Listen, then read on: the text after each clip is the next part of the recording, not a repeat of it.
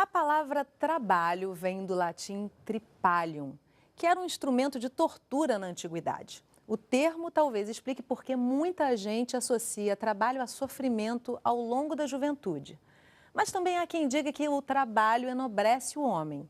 E Mário Quintana ainda ousou dizer que trabalho é a farra dos velhos. Fato é que cada vez mais gente continua trabalhando depois que se aposenta, em busca de uma nova fonte de renda ou de ocupação. Segundo o IBGE, dos mais de 20 milhões de idosos brasileiros, um terço ainda é responsável pelo sustento da família. Foi-se o tempo em que a aposentadoria era um ponto final na trajetória profissional. Hoje a gente vai conversar sobre trabalho na terceira idade. E para isso a gente convidou a gerontóloga Sandra Rabelo, Sebastião Ximenes Paiva, terapeuta holístico, e a Marina Vasques, que é professora de inglês. Gente, muito obrigada pela presença de vocês aqui com a gente no programa. Marina, eu começo com você. Você começou a trabalhar super novinha, né? E depois de se aposentar, ou seja, depois de uma vida inteira provavelmente pensando, sonhando com o momento da aposentadoria, você resolveu continuar trabalhando. Como é que foi essa decisão e por que continuar trabalhando? Na verdade, eu não decidi. Decidiram por mim. Chegaram para mim e disseram, mas você ainda está trabalhando e não se aposentou ainda? Você já pode se aposentar, já tem mais de 60 anos, já tem muito tempo de contribuição. Se aposenta, não dá esse dinheiro para o governo. É mesmo. Mas a ideia de parar de trabalhar nunca me ocorreu. Eu fiz cursos de outras coisas, pensando um dia em trabalhar nisso, mas eu descobri que esses estudos de programação neurolinguística, de coaching, me ajudam muito nas minhas aulas. Então, eu continuei dando aula. Eu não posso imaginar fazer outra coisa. Já o Sebastião mudou completamente de área, né, Sebastião? Você era analista de sistema e depois que você aposentou... Programador, analista, né? Era uma área completamente diferente da holística que você trabalha hoje, né? Como é que foi essa mudança radical, assim, e por que continuar trabalhando? Muitos motivos, né? Um dos motivos é que eu tinha chegado à idade com 35 anos e isso também na área me trazia muita ansiedade, muita pressão, né? No sistema financeiro nacional é muita pressão. Então, eu resolvi me aposentar e procurar esses cursos de holístico, né? Para me ajudar alguém, que eu não queria ficar parado. Porque já dizia o velho guerreiro, né? Chacrinha, o homem é igual bicicleta, se parar enferruja e cai. Né? Então, não é sadio para o homem parar. Né? Você vê o caso do índio. O índio, ele é um atleta por toda a vida. Então, ele não tem barriga tanquinha, né? Porque ele trabalha, ele nunca para. Está sempre em movimento. Agora, por que essa área tão diversa, né? Você hoje está trabalhando com terapia holística. Porque não tem nada a ver com a sua base porque eu profissional. queria ajudar alguém. Eu detesto ver a pessoa sofrer. Não gosto de ver o outro sofrer. Então eu digo, eu posso fazer algo, eu tenho que fazer minha parte. Né? Aí então eu procurei na Rua Corredeira 205, Jardim da Saúde, São Paulo. Um centro holístico, né? Aí lá eu estive durante 2 anos e pouco fazendo esses cursos. Para um ex-analista de sistema, você está bem tranquilo. Acho que você fez bem para você mesmo, né, Sebastião? Deixa eu te trazer para a nossa conversa, Sandra. Você trabalha na Universidade da Terceira Idade da UERJ, um projeto muito querido aqui do Canal Saúde. E que é lindo, né? Porque é um lugar onde os idosos chegam para justamente se renovar e buscar manter-se em atividade. Como é que é esse projeto? Qual a importância desse tipo de iniciativa para se privilegiar esse prolongamento da vida que a gente tem hoje, né? Bom, como você disse, né, o projeto NAT é um projeto de inclusão social da pessoa idosa, né?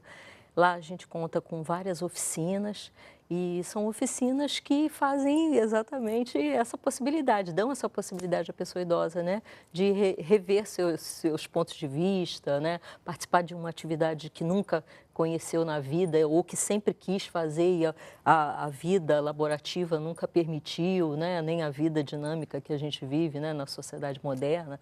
Então, esses projetos, eles realmente fazem esse trabalho exemplar, né? Eu sou suspeita, eu sou amante do que eu faço lá, lá junto com uma equipe de excelência.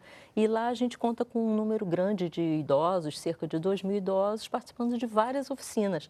Entre elas, a gente tem uma chamada capacitação profissional para a terceira idade, onde a gente recebe pessoas idosas que querem continuar no mercado de trabalho, mas vendo talvez outros paradigmas, né, com outras opções para continuar produzindo para a sociedade, como o Sebastião está produzindo e a nossa colega também, e também fazer o trabalho voluntário, porque o projeto ele tem duas possibilidades. Ou você faz o curso para acessar o mercado de trabalho, continuar produzindo e recebendo um salário e tal, ou você faz uma atividade voluntária em instituições de abrigamento de idosos. Então, é um trabalho maravilhoso. O projeto, né? Quem está em casa e quiser muito conhecer o projeto, tem sempre legal. Espaço para mais gente, muito, né? Muito importante. Marina, você, no caso, estava falando que você foi buscar cursos de coaching, enfim, que acabou resolvendo continuar a dar aula, onde você tem muito contato com jovens, né? A maior parte da minha clientela lá no Bio é de adolescentes. Como é que é esse contato e qual é a importância disso para a sua vida, o que você leva para casa? Olha só, eu gosto muito de trabalhar com adolescentes. Eles são da pá virada, eles são umas pestes, eles querem falar português o tempo todo, mas eles me renovam, eles me mantêm jovem, eles me ensinam as gírias que estão na moda. Então, eu sei falar com eles com a mesma linguagem deles. E, enfim, isso faz também com que eles venham me buscar para pedir ajuda, pedir conselho. A parte do coaching, né? A parte da programação neurolinguística, me dá essa possibilidade de tentar ajudar eles a encontrar um caminho. Eles estão naquela idade que não sabem o que vão fazer, se vão estudar em faculdade, se vão arrumar um emprego, que faculdade fazer. Isso é um dilema muito grande, eles são muito jovens para decidir, né? E isso me ajuda muito, né? Toda essa formação paralela que eu tenho me ajuda muito com eles. Eu me sinto jovem com eles. Ótima renovação continuada, né?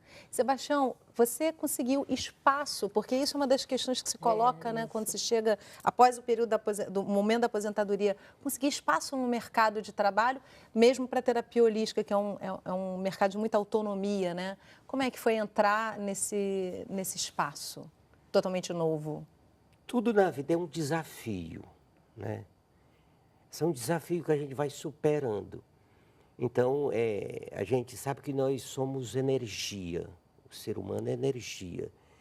Então, é sábio você nunca pensar negativo. É muito sábio. O homem é o que pensa e o que come. O que você pensa determina o que você sente. E o que você come hoje é o que você vai ser amanhã. Então, se a gente pensa assim e age assim, a gente supera tudo. E atrai até as oportunidades, né? Agora, posso te pedir uma coisa, Sebastião? Eu queria fazer, na verdade, uma proposta para vocês dois. Você podia dar uma demonstração do seu trabalho para a gente? Você trabalha com reflexologia? Trabalho. Você poderia dar uma demonstração na Marina? Posso. E a gente vai tocando aqui o programa. E Posso aí você... mudar de posição? Pode mudar de posição. Marina. Porque ali fica... Eu sou direito. Ai, eu não então sou você esquerdo. precisa de um posicionamento certo. Não, o outro não, pezinho. o outro não. É o outro não? É esse. Então, aqui, o pé é sabido que daqui nasce 31 pares de nervos raquidianos e desce pela medula, formando um mapa no pé. Então, tudo que a pessoa pensa, tudo que ela está aqui. Então, aqui tem mais de 7.000 pontos para você ver. Nós não guardamos isso tudo. Guardamos uns 500. Tem muito para estudar, assim, Muito, a vida toda, né? Muito. Ou seja, a gente nunca para de estudar. Por exemplo, aqui, quando eu estou fazendo esse movimento aqui, eu estou desbloqueando toda a medula, toda a coluna. Dói? Aí um pouco. Um pouco. Então, está desbloqueado. Então, enquanto o Sebastião continua ali oferecendo esse tratamento rapidinho ali para a Marina, a gente faz um intervalo rapidinho e na volta assistimos uma matéria, continuamos conversando no terceiro bloco. Então, no próximo bloco você vai conhecer o Sérgio, um professor de educação física que aos 77 anos não tem planos de pendurar as chuteiras, não. A gente volta num instante, não sai daí.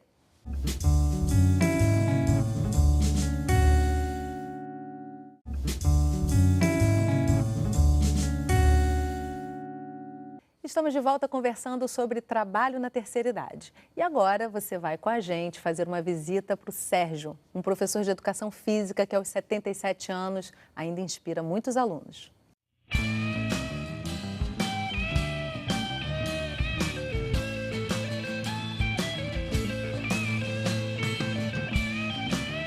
Comecei quando eu tinha meus 15 anos fazendo luta livre, logo em seguida capoeira, judô e me casei, pouco tempo de casado, divorciei, fui embora para os Estados Unidos, adquiri certos conhecimentos lá e voltei para o Brasil. E aqui muitas trajetórias, aula de taekwondo e trailer na beira da praia. O senhor sempre trabalhou nessa área de educação física? Eu, independente da educação física, ou seja, da aula de musculação, eu dei aula de taekwondo, dei aula de inglês também, claro, tá entendendo? E vários trabalhos. O senhor é aposentado? Eu me aposentei por idade, porque o tempo que eu fui para os Estados Unidos, a cabeça estava tão cheia que não me preocupei em deixar alguém aqui pagando para mim, que eu fui para ficar. Mas, infelizmente, não foi possível, eu tive que voltar. E nesses anos todos eu fiquei sem pagar aqui. Quando fui me aposentar, eu tinha apenas 17 anos de contribuição, então, por idade. Como personal, o senhor tem quantos alunos em média? Olha, normalmente são uns 10 alunos nesse horário. Você é aluna do seu Sérgio, como você avalia a atuação dele enquanto professor? É um excelente professor. Ele dá uma aula, assim, maravilhosa. Tanto que eu procuro sempre vir no horário dele. Mais experiente, já está mais tempo dando aula, né? Então, para mim é ótimo, ele é ótimo. 8, 9... O Zibério, o Sérgio está há quanto tempo com vocês aqui? O profissional Sérgio está conosco há 2 anos. Excelente profissional com relação à pontualidade, não falta.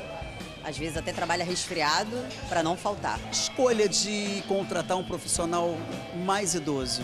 Aqui a gente nunca teve preconceito com relação à idade. A gente busca mesmo o profissionalismo, a pontualidade. Diferença de um profissional idoso para um profissional mais jovem? Então, a diferença eu posso dizer que são 2 pontos principais. A questão da experiência que ele carrega, que é bem maior, e a questão da pontualidade. Um jovem sempre arruma umas desculpas ou outra e acaba faltando muito ao trabalho. Não posso dizer que isso é em geral, de uma forma geral, mas o que pega muito é essa questão. E a resposta dos alunos? Sempre positivo, sempre positivo. Desde ele treina alunos aqui de meninas de 18, 19 anos, ao pessoal de 60, 65, a faixa etária é bem diversificada. Além de personal, quais outras atividades que o senhor atua? Sou ator, já trabalhei em várias novelas, minisséries, comerciais. E independente de ator, sou modelo, massoterapeuta também e professor de musculação. O senhor sente diferença da sua época, né, de mais jovens, para os dias de hoje? Ah, com certeza, claro, com certeza. Quando você é mais jovem, tem mais disposição, é mais tranquilo, não mede consequências. Hoje não, hoje eu ponho o pé onde eu sinto que eu posso pisar, onde eu sinto que tem firmeza, entendeu? E eu acho que é por aí. O senhor acha que as pessoas têm preconceito com idosos no mercado de trabalho? No Brasil tem. No Brasil tem. Infelizmente, nos Estados Unidos, não. Porque quanto mais idade, mais conhecimento, mais técnica e tudo mais. Aqui no Brasil, não. Eles não levam esse lado positivo dos idosos. E, independente disso, os idosos hoje querem ficar sentados numa praça jogando dominó, xadrez, essa coisa toda. Poucos são aqueles que vêm para a academia treinar. Mas eu gosto de dar aula. Por que o senhor ainda trabalha? Bom, eu trabalho por 2 razões. Uma, porque eu gosto do serviço que eu faço. E a segunda, que é uma fonte de renda também. Ainda ajuda a família? Não, porque já são todos adultos, já são independentes, entendeu? E quando pretende parar de trabalhar? Quando morrer, amigo. Quando morrer. Se lá em cima tiver academia, pode ter certeza que eu vou dar aula lá em cima também.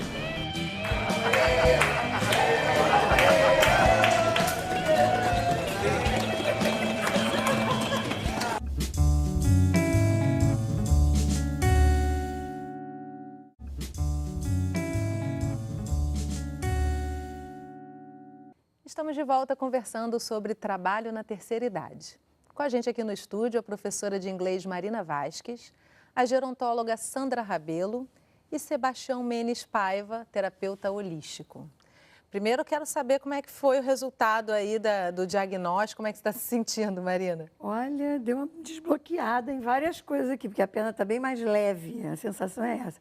Mas não é tão relaxante, não, tem lugares que dói. Viu? É para ser mesmo, né, Sebastião? Agora, voltando assim mais para o nosso assunto aqui em questão de como é que você se sente com uma profissão totalmente diferente da que você teve ao longo da vida, trazendo um bem-estar, trazendo uma proposta de... Enfim, compartilhando uma proposta também, né, produtiva. Todos nós precisamos de 2 R's, reconhecimento e recompensa. A maior recompensa que me dá nisso é a satisfação dela melhorar, é a satisfação de saber que ela está melhor. Não é o dinheiro é até bom, tudo bem, acrescenta.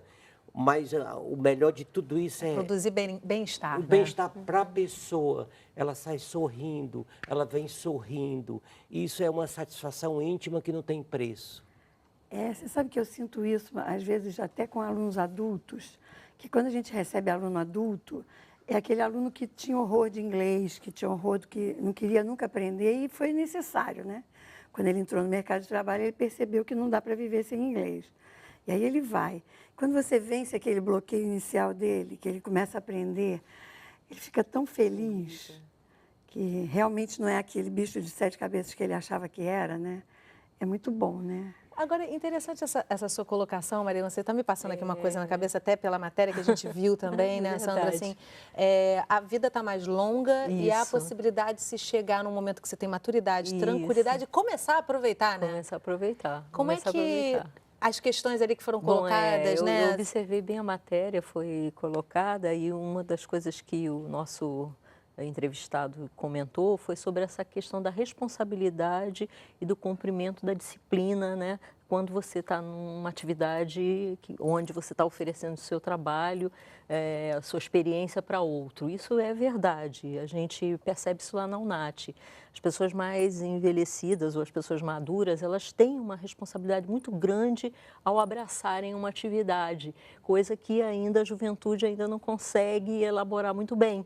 Então, assim, eu percebo que, apesar do preconceito... Isso que eu ia colocar, né? Apesar do preconceito, porque eu já estive numa fila de mercado, né? Eu já estive numa fila de mercado, esse mercado contrata pessoas idosas no caixa, e eu já estive numa fila lá nesse mercado e eu já ouvi pessoas na fila dizendo: ai, meu Deus, essa velhinha vai levar horas para digitar essas minhas compras. Então, assim, a sociedade ainda tem preconceito com o envelhecimento, ainda acha que as pessoas, por estarem mais velhas, não têm mais as suas capacidades cognitivas e laborativas para executar atividades, mas a gente já está mudando um pouco com o avanço da longevidade, como você falou. Isso é um processo lento, Muda é claro. de cultura, né? Exatamente, é uma mudança de paradigma, mas como a gente tem aqui 2 pessoas, né, que executam atividades e são felizes, elas são exemplos para que a gente, na nossa velhice, também siga a mesma proposta que elas. E assim a sociedade toda vai mudando. E que esse jovem que está lá fazendo o curso perceba, né? Perceba essa consciência no futuro pode e ser essa mudança. também, né? Exatamente. Você já sentiu algum preconceito, Marina, em algum momento? Nunca. Lá no IBEU, nunca. E a valorização dessa responsabilidade em comparação com o professor mais jovem? Isso eu acho que existe, sim. A gente é mais confiável, digamos assim, né? Em termos de... A gente não tem mais filho pequeno que fica doente, a gente não tem mais reunião de pais no colégio. E isso faz com que a gente tenha menos necessidade de se ausentar, né? Então, eu acho que por aí a gente é mais, digamos, confiável na questão da assiduidade, da pontualidade. A gente fica mais responsável porque a gente tem menos outras preocupações também. Agora, a gente também tem uma turma de seniors e a gente percebe que os que não trabalham mais fazem trabalho voluntário. É isso que eu ia colocar. E muitos vêm lá da UNAT. Porque, exato, eu ia dizer exatamente isso, Marina. Porque o grupo que nós temos de pessoas que são parte do projeto, que fazem um trabalho em asilo, são pessoas muito felizes por executar essa atividade, porque elas estão indo para uma instituição asilar, reproduzir aquilo que elas aprendem na UNAT para os idosos que não podem sair porque eles estão institucionalizados. E aí, quando essas pessoas terminam suas atividades, é um prazer absoluto, assim, para essas pessoas. Elas se sentem muito úteis, sabe? De estar indo ali na atividade para as idosas e os idosos e fazendo um trabalho recreativo, um trabalho mais de estímulo, né? Como exatamente. trouxe também, né? Os depoimentos são belíssimos, e a gente tem isso, sim. Agora, o mercado informal acata, acolhe muito mais o idoso, ou não? Sim, porque a gente tem no artigo 26 do Estatuto do Idoso a garantia e proteção de retorno ao trabalho. A gente tem isso em lei. Mas ainda o mercado ainda não olha isso com essa seriedade, vamos dizer assim. Então, assim, a maioria dos idosos, quando ingressam no mercado de trabalho, vão para o mercado informal. Não são contratados no regime da CLT, são contratados como um serviço. Mas necessariamente querem? Você já pensou Alguns em buscar querem, um sim. mercado seletivo, com a lei, com a CLT atuante, Sebastião, ou para você basta estar nessa atividade? Como é que você vê essa questão da formalidade do seu trabalho? Então, para mim, é satisfatório como está, porque eu tenho uma aposentadoria, não é? Dá para mim viver com dignidade e isso, esse lado que eu faço, me satisfaz intimamente, né? Eu fico feliz, né? E a gente sabe que quando a gente fica feliz, o nosso coração fica calminho, né? E um coração calmo é a vida do organismo carnal, né? Então a gente tem que saber disso. Então quando chega alguém muito nervoso lá no consultório, eu conto logo uma metáfora. Eu posso contar aqui? Pode, por favor, estou aqui mega curiosa, vamos lá. Então, tem uma metáfora que eu analiso com a pessoa que ele fica calminho depois que ele o escuta. Um certo sábio, ele dava instrução a um grupo de alunos, bem jovens. Porém, o velhinho envelheceu, né? Quem passa de novo, de velho, não escapa. Não tem jeito, né? Então, ele ficou velho. Aí, um daqueles garotos, doido para aprender mais do mestre, foi lá no mestre.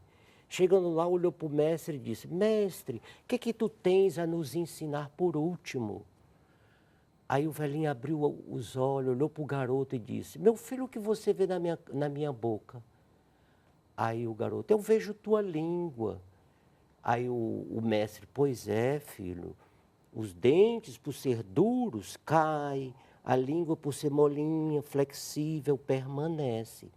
A pessoa, quando é muito radical, muito dura com ela, tem dificuldade de fazer mudanças, ela envelhece mais rápido, ela adoece mais, às vezes ela morre até antes do dia. Vive sem qualidade, né, Sebastião? Sem qualidade. Agora pense numa pessoa que é igual à língua, que usa de razoabilidade, que usa de flexibilidade, que é igual à água, nunca bate de frente contra nada, sempre procura uma saída, né? Então nós temos que pensar assim, porque a qualidade de vida melhora, a gente vive mais e não cria ansiedade, não cria tensões, né? Isso é maravilhoso, na verdade, né? A longevidade está nos dando essa possibilidade, né, Sandra, de aprender com os mais velhos e buscar e saber que a gente vai ter mais tempo, hein? Exatamente. Então, essa metáfora é perfeita, né? É sim. Essa relação, a Marina colocou, a relação da juventude com o envelhecimento, ela é uma relação que ela não tem preconceito, sim. Eu verifico isso na UNAT, pela minha experiência, né? Porque nossos bolsistas, que são alunos de 20, 19 anos, são os professores de pessoas de 80. É uma inversão, então, isso né? é uma maravilha. É uma bela intergeracionalidade. Né? É isso que a gente tem que buscar na sociedade contemporânea. Estão aprendendo mais até do que os alunos Exatamente, ali, né? Por isso. É muito bom. Que o idoso tem muito mais flexibilidade mesmo para aceitar novas coisas. Eu tinha essa turma de sínios, a aluna disse: eu não sei se é certo um casal homossexual adotar uma criança. Eu falei: mas essa criança foi abandonada por um casal heterossexual. Aí ela pensou, na aula seguinte, ela disse: Marina, aquilo que você falou mudou minha cabeça. Está mais aberto a aprender, né? Que bom, a gente, na verdade, vai chegando mais com a idade mais avançada, a gente vai chegando mais próximo do conhecimento, né? Que é o que a gente leva dessa vida no final das contas. Gente, eu tenho que encerrar o programa. Que pena. Queria agradecer pena. muitíssimo essa troca de experiência de vocês. Eu acho que inspira muita gente. E queria até citar uma frase de Júlio Camargo, da Arte de Sofismar, que diz o seguinte: todos se queixam do trabalho, mas a maioria não viveria sem ele, né? Então, trabalhar com prazer para ter longevidade. Muito obrigada pela presença de vocês. E obrigada a você por acompanhar a nossa conversa aqui pelo Canal Saúde, pela internet ou um dos nossos canais parceiros. Na nossa página do Facebook você pode rever esse programa, mandar sugestões de assuntos e dar lá a sua opinião. Curte lá. Eu te espero na nossa próxima Conversa em Família. Tchau!